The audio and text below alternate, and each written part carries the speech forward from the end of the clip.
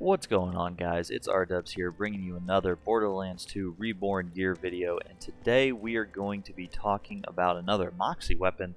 We're going to be talking about the Slow Hand.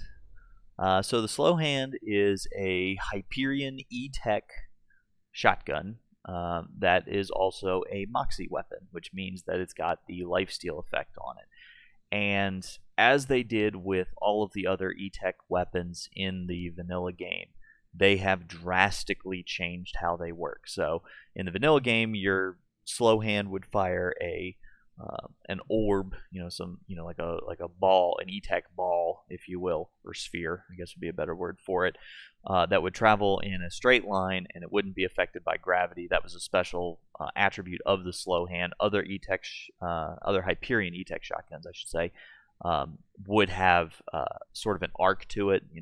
Maybe the pellet would be affected by gravity. It would only fire one pellet per pull of the trigger unless you had the foregrip attachment, which this one does have. And it would do like a huge chunk of damage, as you can see on the item card I have on the screen from the vanilla game. The damage was a lot higher. The elemental effects chance was very high. This one in particular being flame, 48%. As opposed to like a slag one, which I think was in like the 70s in terms of percent, and that's per pellet.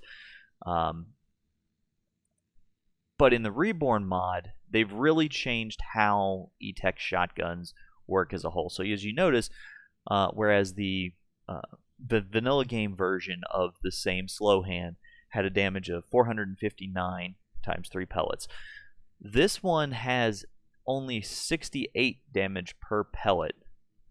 But at a cost, it's shooting out now 16 pellets as opposed to the 3. Okay, so just doing a little bit of math here.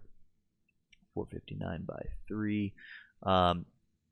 If you were to get all the pellets on target, the vanilla game would do more damage than this.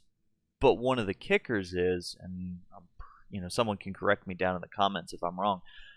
Most E-Tech weapons, or E-Tech shotguns in particular, you couldn't crit with them because it was just a blob. It was pretty much all splash damage, right? There was no real pellet to it. These, however, have the main pellet and they have some splash damage to it, so it's going to be hard for me to get like one shot. So 349. That was a handful of pellets. It's going to be difficult for me to be able to get just one. Yeah, it was a bunch of pellets there. But you can see, like, this is doing a lot of damage. Just, body shots, I'm getting 1394 looks to be the highest. And that's with no skills, no bar. So, looks like 1394 in terms of damage, which that's a lot of damage.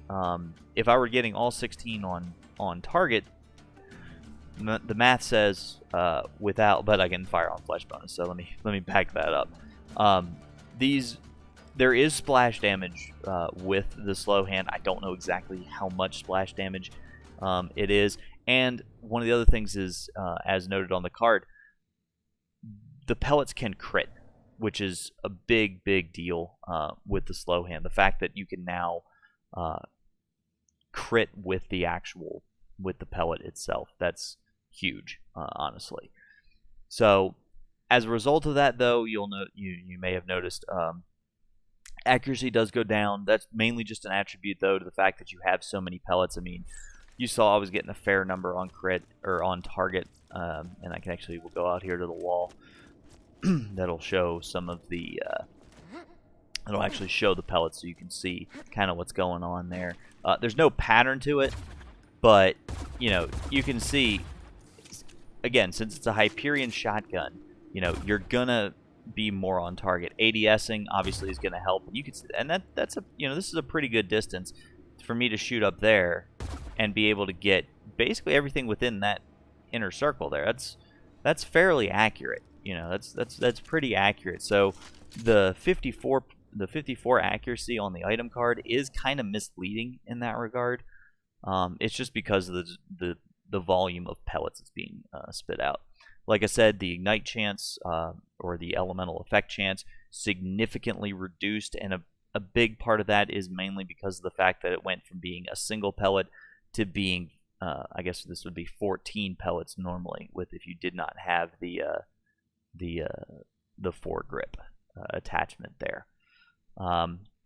So, you know, my personal opinion on the slow hand, it's still a great shotgun. You know, I enjoyed using it in the vanilla game, especially on someone like Krieg. It was sort of one of my preferred weapons of choice. Of, you know, a nice flame slow hand, a slag slow hand, and a corrosive one. It does come in all elements, and in the Reborn mod, the way that you acquire this is the same way that you acquire any other Moxie weapon, which is by tipping Moxie at the bar, or by completing the round 5 of any of the arenas, whether it's the Bandit Slaughter in the Fridge, or whether it's the Hyperion Circle of Slaughter out in the Iridium Blight area, or even the Creature Slaughter in the Wildlife Exploitation Preserve. All 3 of them completing round 5, which in the Reborn mod is repeatable, can score you any of Moxie's weapons. So let me know, what do you guys think about the slow hand? Do you like this version of the slow hand, or do you prefer the other version? I'm kind of torn. I think they're both very, very good.